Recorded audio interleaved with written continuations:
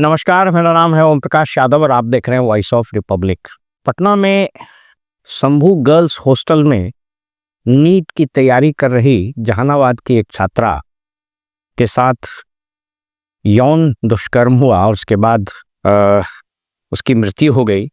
उस परिवार के साथ सबसे पहले मेरी पूरी संवेदना और उस मृत लड़की के आत्मा के शांति के लिए मेरी विनम्र श्रद्धांजलि है।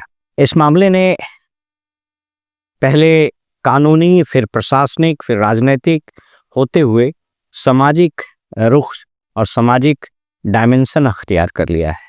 मैं इन खबरों की तह में या फिर इन खबरों को भरविटम बताने के लिए आपके सामने उपस्थित नहीं हुआ हूँ। वो सब आप जानते हैं कि शंभू गर्ल्स हॉस्टल करके एक चित्रगुप्त थाने के जुरिसडिक्शन में एक हॉस्टल है जहाँ लड़कियां रहकर तैयारी करती है। वैसे भी पटना धीरे धीरे एक ऐसा कोचिंग का हब बन गया है जहाँ 1000, 10,000, 20,000 नहीं, लाखों की संख्या में लड़के लड़कियां विभिन्न प्रतियोगी परीक्षाओं की तैयारी के लिए पढ़ते हैं कोचिंग में और फिर हॉस्टल्स वगैरह में रहते हैं। स्थिति बहुत अच्छी नहीं है, उस पर हम लोग आगे बात करें। उस बच्चे के साथ जो घटना हुई उसके बाद हॉस्टल के संचालक, जैसा कि प्रभात खबर की रिपोर्ट में लिखा है, एक पटना के नामी गिरामी डॉक्टर हैं। वो आईएमए के अध्यक्ष भी कई बार रहे, बहुत रसूखदार व्यक्ति हैं। और डॉक्टर लोग जब बहुत पैसा कमा लेता है तो फिर वो राजनीति में पैर भी रखता है। तो नवादा से चुनाव भी लड़ना चाह रहे थे। सबसे पहले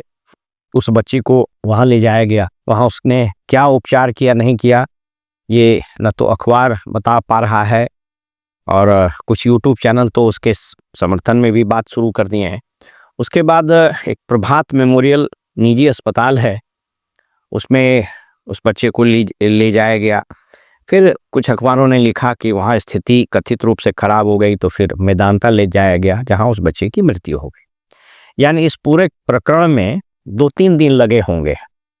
जो खबर छपी है उसी के हवाले से मैं बता रहा हूँ और इस राइडर के साथ बता रहा हूँ। अगर इस खबर में कोई इनकन्सिस्टेंसी होगी तो आप उस हद तक मेरी इस बात को संशोधित किया हुआ समझा जाना चाहिए। मैं इस पर नहीं जा रहा हूँ कि क्या हुआ। पहले पुलिस ने सुसाइड का मामला बताया, उसके बाद फिर एक कोई पोस्टमार्टम रिपोर्ट आया जिसमें कोई चीज़ स्पष्ट नहीं हुआ। फिर दोबारा पोस्टमार्टम हुआ। उसके बाद फिर उस पोस्टमार्टम रिपोर्ट जो सोशल मीडिया में वायरल हो रही है उसके हिसाब से उस बच्ची के साथ यौन उत्पीड़न हुआ, उसके निशान वगैरह भी मिले हैं। प्रभात खबर की इस खबर को देखने से लगता है कि बच्ची के शरीर पर 12 से अधिक जख्मों के निशान थे और ऐसा लग रहा है इस खबर के अनुसार कि बच्ची ने अंतिम समय तक खुद को बचाने के लिए संघर्ष किया होगा। और उसके बाद इस पूरे मामले में चित्रगुप्त थाना की प्रभारी रोशनी कुमारी, फिर उस इलाके का एसडीपीओ, फिर उस इलाके का सीटीएसपी, ये सब लोगों ने बहुत नॉन प्रोफेशनल तरीके से काम किया। और घटना हो जाने के बाद जो प्रोटोकॉल है उसके अनुसार कार्य नहीं हुआ, इसलिए ये पूरी स्थिति इतनी बिगड़ी और अभी पूरे शहर में और धीरे धीरे राज्य में बवाल मचा हुआ है, चर्चा का विषय है और लोग उंगलियां उठा रहे हैं स्वाभाविक रूप से। इसमें मैं सबसे पहले आपको बताते चलूं कि पुलिस ने इस पूरे मामले में, इनफैक्ट इसको ऐसे समझिए कि इस पूरे मामले का 3 एंगल है, 3 ऑर्गेनाइजेशन है जो इसमें इन्वॉल्व है। पहला ऑर्गेनाइजेशन पुलिस डिपार्टमेंट है, दूसरा ऑर्गेनाइजेशन वो हॉस्टल है और तीसरा ऑर्गेनाइजेशन ये डॉक्टर लोग हैं, जिसमें एक डॉक्टर के पास बच्ची को पहले हॉस्टल वाले ले गए या कौन ले गए वो पता नहीं, उसके बाद प्रभात मेमोरियल और फिर बाकी जगह। तो ये तीसरा ऑर्गेनाइजेशन है। इन तीनों ऑर्गेनाइजेशन ने इस पूरे मामले को बिल्कुल नॉन प्रोफेशनल तरीके से हैंडल किया है। इसके कारण सवाल उठना लाजमी है। सबसे पहले हम आपको बताते चलते हैं कि ऐसे मामलों में कानून क्या कहता है। देखिए, जब इस तरह की कोई विक्टिम्स की खबर मिलती है तो कोई ज़रूरी नहीं है कि वो विक्टिम के तरफ से ही कोई थाने में एफआईआर दर्ज करेगा तो दर्ज होगा। ये पुलिस का दायित्व है कि प्लेस ऑफ अकरेंस या जहां वो बच्ची है वहां जाके उसका फर्द बयान ले। इस मामले में जो खबर है उसके हिसाब से लगता है कि फर्द बयान नहीं लिया गया।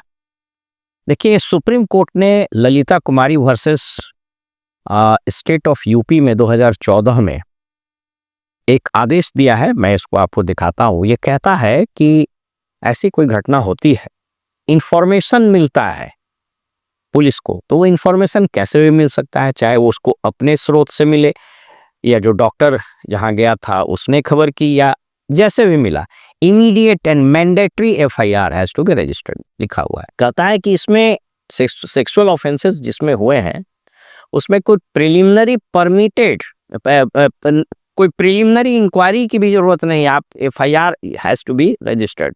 और अगर आपने एफआईआर रजिस्टर करने में देर की तो सुप्रीम कोर्ट कहता है कि इसमें एफआईआर में देरी करने वाले या एफआईआर नहीं करने वाले के विरुद्ध कार्रवाई होनी चाहिए।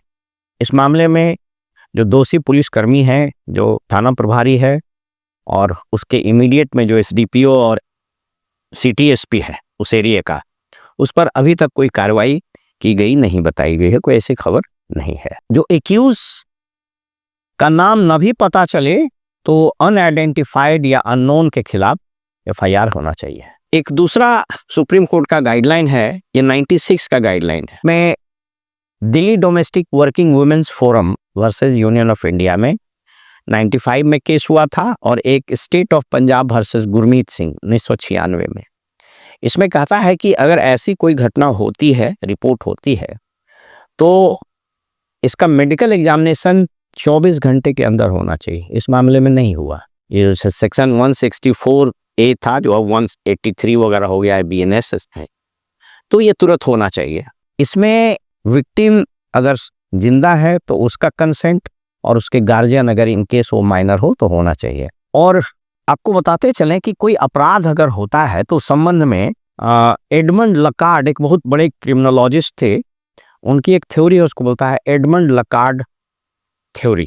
वो कहता है कि अगर कोई अपराध होता है तो अपराध अपने निशान छोड़ जाता है, बशर्ते उस प्लेस ऑफ अकरेंस पर इन्वेस्टिगेटिंग ऑफिसर या इन्वेस्टिगेशन करने वाली एजेंसी तत्काल पहुंच बनाए और उस इलाके को, उस प्लेस को सेंसिटाइज कर दे, अपने घेरे में ले ले। इसमें तो हुआ नहीं। उस बच्ची के साथ यौनाचार हॉस्टल में हुआ या जहां हुआ, हॉस्टल में भी पुलिस कितनी देर से पहुंची, तब तक बहुत सारे सबूत मिटाए जा चुके होंगे।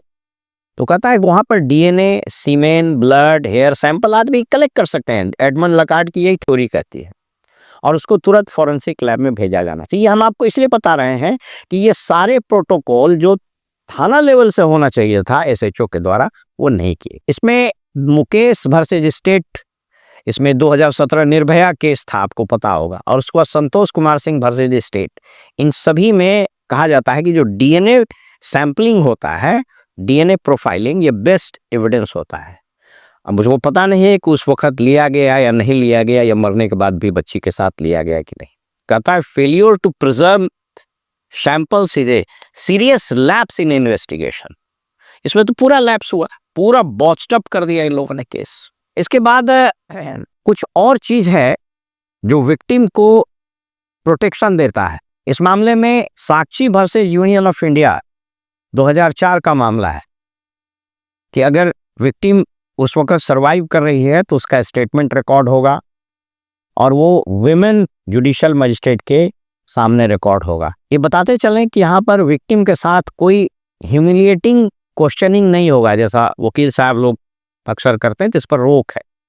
देखिए, इसमें कुछ चीजें जो सुप्रीम कोर्ट ने कही है, Aparna Bhatt versus state of MP में 2021 अभी हाल का फैसला सुप्रीम कोर्ट का, ये कुछ चीज कहता है।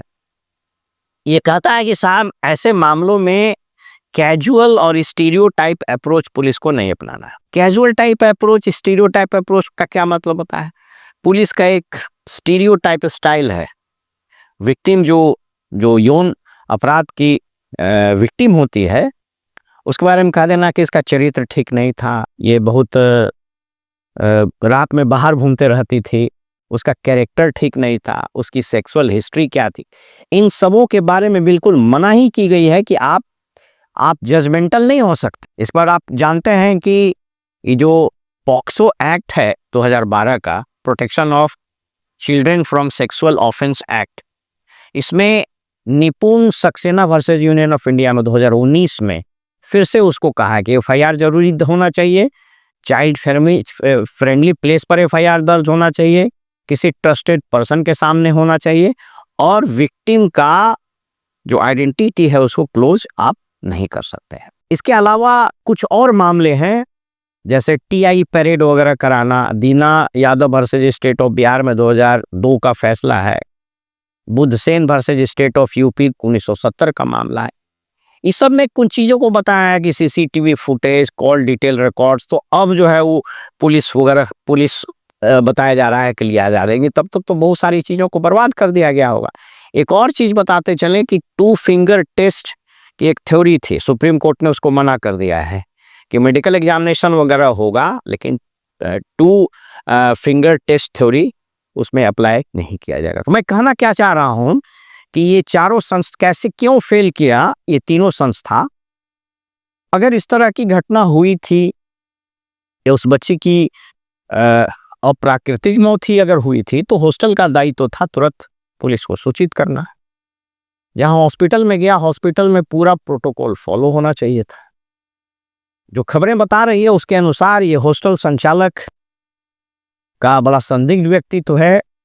बताया जा रहा है कि डॉक्टर से इसकी हॉबनॉबिंग भी थी, और इसलिए इस पूरे मामले को शुरुआती दौर में जो थाना प्रभारी वहाँ की है उसको हशप करने का प्रयास किया। और इस केस में एसडीपीओ यानी जो वहाँ पर एएसपी वगैरह था या सीटीएसपी था, इन सबों ने घनघोर लापरवाही व्यक्त की है।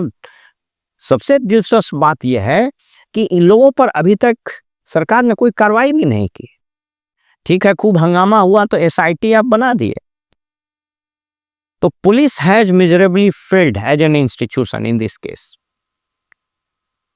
डॉक्टर की जो स्थिति है आप सब लोग जानते हैं। यहाँ इसमें जिन डॉक्टरों के नाम आ रहे हैं और जो हॉस्पिटल का नाम आ रहा है, वो लोग बड़े प्रभावशाली और राजनीतिक रसूख वाले हैं।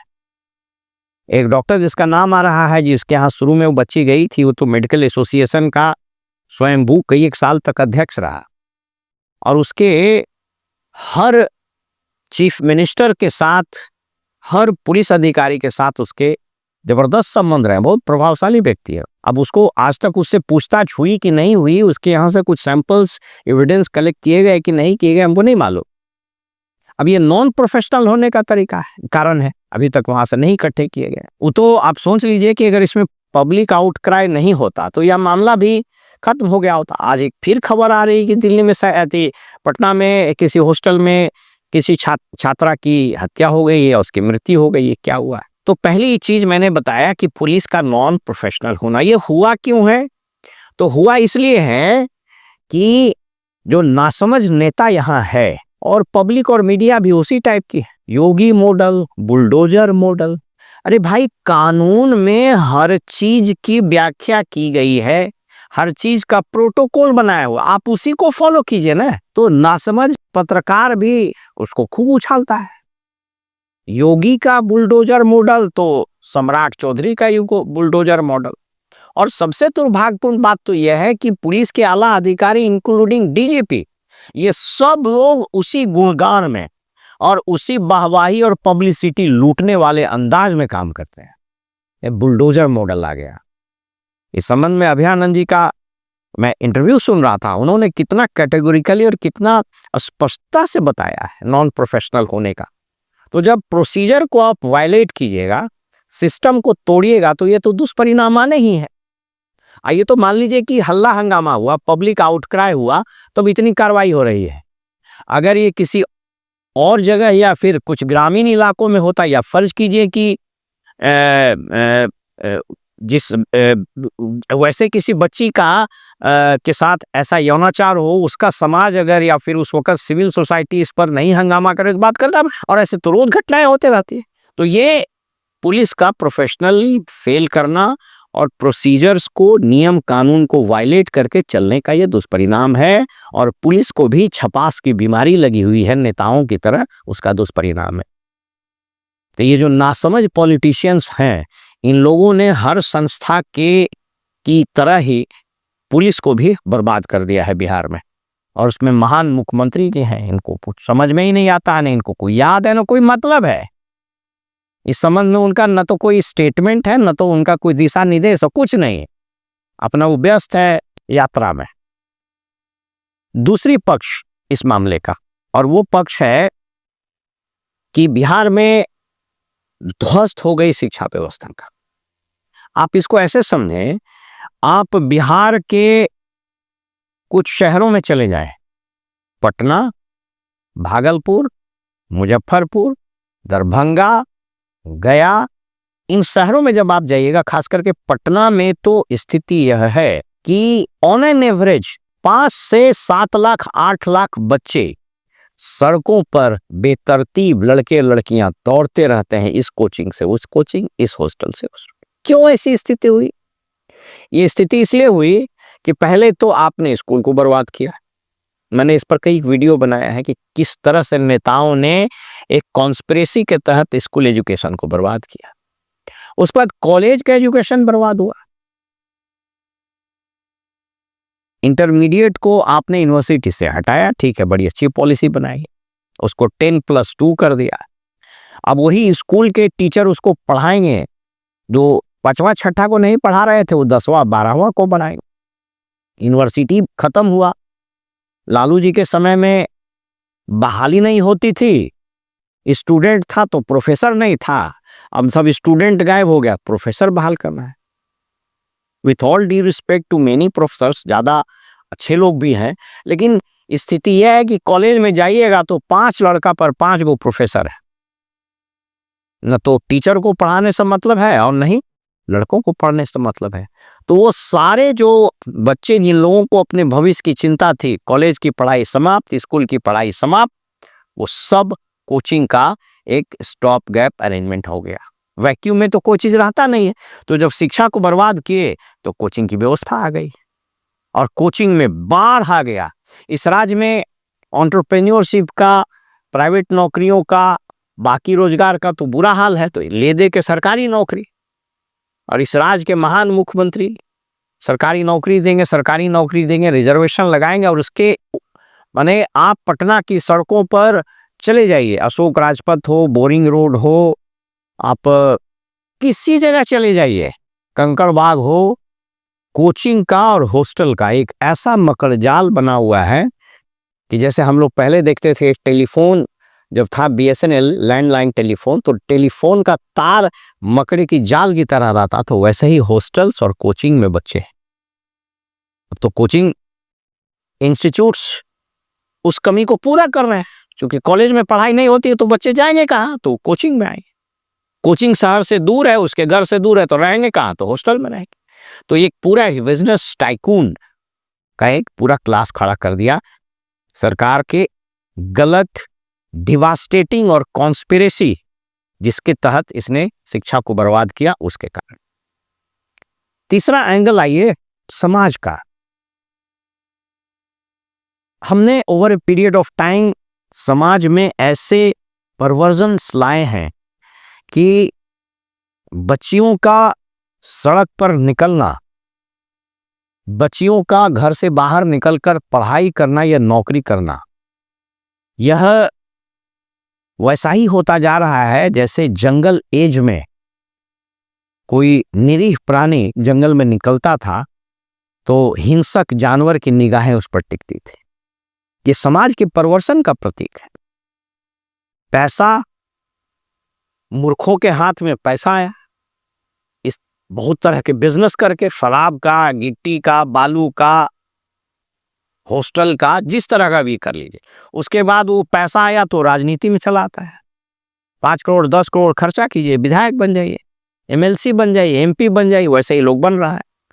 और उसके बाद ये जो अपराधी प्रोफेशनल है, इन तीनों की गठजोड़ हो जाती है और समाज में ये भेड़िए घूमते रहते हैं। समाज ने इसको टॉलरेट भी किया है, तो एक समाज का अलग एंगल है। मैं बताना ये चाह रहा हूं कि दोस्तों, न तो कोई ये पहली घटना है, और दुर्भाग्यपूर्ण सत्य ये है कि ऐसी घटनाएं अनवरत हो रही है और होती रहेगी जब तक इन चीजों में सिस्टेमिक, संस्थागत सुधार न किया जाए। पुलिस में अंधाधुंध भर्ती तो की गई, लेकिन ट्रेनिंग के नाम पर 0 सन्नाटा है। आप किसी थाने में चले जाइए, बस होड़ लगा हुआ है, पब्लिक पुलिस रेशियो हम ठीक कर दिए। आप चले जाइए पटना का जो पुलिस लाइन है लोदीपुर, मुझको किसी ने बताया कि सर वहां हजारों की संख्या में 5 या 7 हजार कांस्टेबल है, न सोने का ठिकाना है, न वॉशरूम है, न टॉयलेट्स है।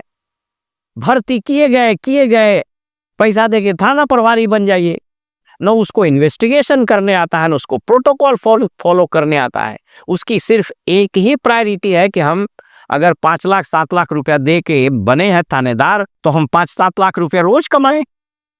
और इसमें ये सब लोग मिले हुए हैं ऊपर से नीचे। मुझे ये डीजीपी साहब से बड़ी उम्मीद थी, लेकिन ही हैज मिजरेबली फेल्ड। आप अगर नेताओं के राग में राग मिलाते रहिएगा, उसकी हाँ में हाँ कहते रहिएगा, और कानून को कानून के हिसाब से लागू नहीं कीजिएगा, तो आप न सिर्फ फेल कीजिएगा, बल्कि इस राज्य की जनता पर एक बोझ बन जाइएगा। तो एसआईटी बनाने की जरूरत पड़ी भाई। इन्वेस्टिगेशन का तो सारा अधिकार था एसएचओ को, सारी प्रक्रिया बनी हुई थी। और किसी भी क्राइम में जो सबसे महत्वपूर्ण चीज होता है वो होता है स्पीड।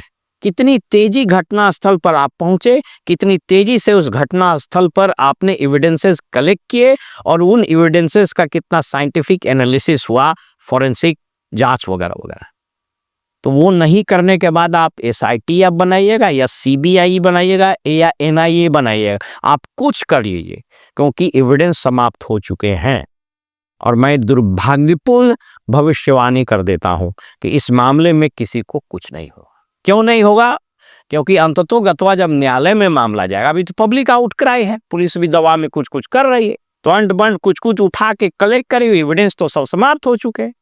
4 दिन 5 दिन 6 दिन हो गया, न तो डीएनए मिलेगा, न ब्लड सैंपल मिलेगा, न सीमेन मिलेगा, सीसीटीवी खत्म हो गई होगी, बाल स्किन के जो चीज और एविडेंसेस जिसको बोलते हैं लकार्ड एडमंड लकार्ड थ्योरी के हिसाब से, वो तो सब डिस्ट्रॉय हो चुके हैं, बॉस्ट अप हो चुके हैं। तो आप हवा में तीर मारते रहिएगा और उस बच्ची को कभी न्याय नहीं मिलेगा। और ऐसी कितनी बच्चियां, ऐसी कितनी बेटियां हमारी इन दरिंदों का शिकार बनती रहेगी। पुलिस, नेता, अपराधी का गठजोड़ और समाज के सुसुप्त अवस्था में जाने के कारण दुआ कीजिए कि इस व्यवस्था में कुछ सुधार हो। फिलहाल में इजाजत दीजिए और आप देखते रहिए वॉइस ऑफ रिपब्लिक। नमस्कार।